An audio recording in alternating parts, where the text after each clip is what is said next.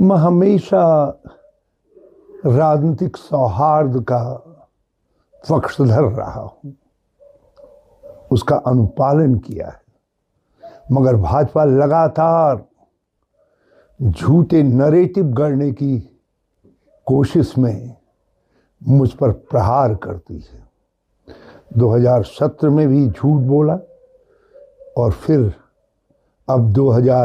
2022 में झूठ बोला, अब 2027 में भी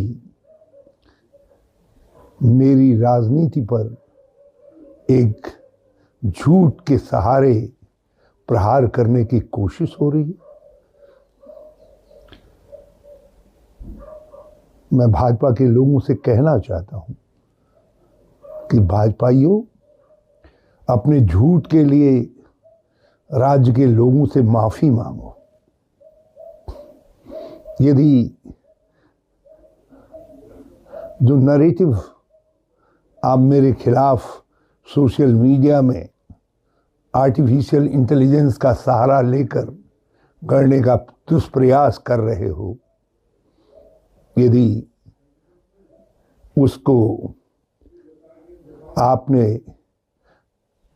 वापस नहीं लिया, ये कैसा धाकड़धामी है जिसके पेज में झूठी झूठ गढ़ा जाता है। राजनीतिक विरोधियों के खिलाफ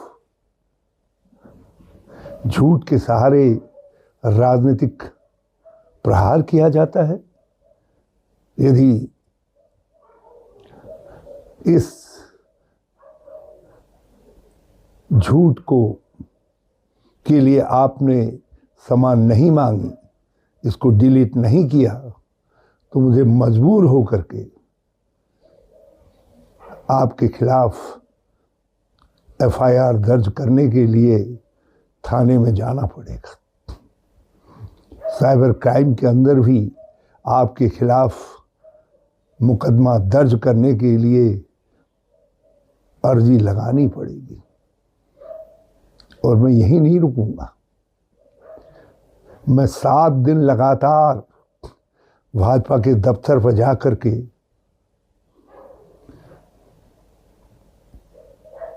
झूठी भाजपा को नंगा करने का नंगा भी करूंगा।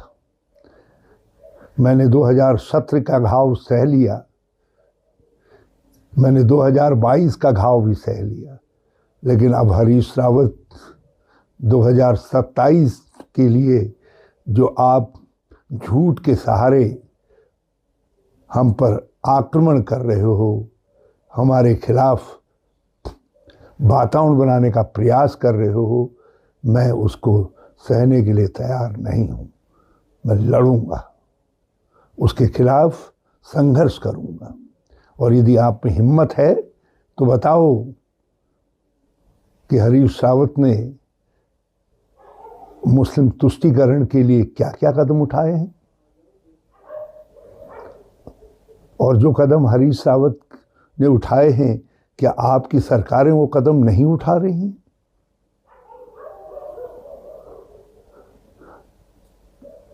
आप झूठ बोल सकते हैं, आप जुम्मे की नमाज के लिए छुट्टी का झूठ बोल सकते हैं, आप मुस्लिम विश्वविद्यालय का झूठ बोल सकते हैं, मगर अनंतोगत्वा एक दिन लोग समझेंगे कि झूठ के आधार पर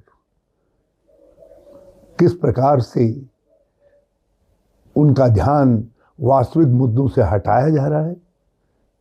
बेरोजगारी, महंगाई, पलायन, महिलाओं पर बढ़ता अत्याचार, दलितों पर बढ़ता अत्याचार, कमजोर निरंतर और कमजोर हो रहा है और गरीब हो रहा है, राज्य का विकास असंतुलित हो रहा है। इन सवालों से ध्यान हटाने के लिए, बढ़ते हुए भ्रष्टाचार से, बढ़ती हुई बेरोजगारी से ध्यान हटाने के लिए आप इस तरीके का झूठा आडंबर फैलाकर राज्य की राजनीति को एक गलत दिशा में डालने का काम कर रहे हो। आओ हमसे विकास के मुद्दे पर बातचीत करो, कांग्रेस 10 साल सत्ता में रही है।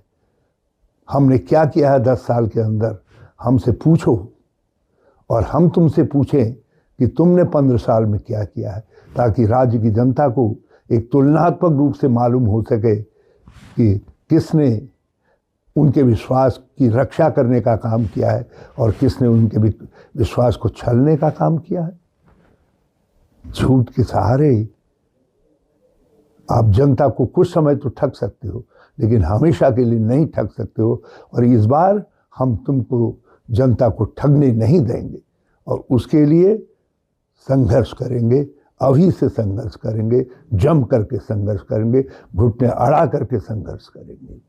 जय हिंद, जय उत्तराखंड।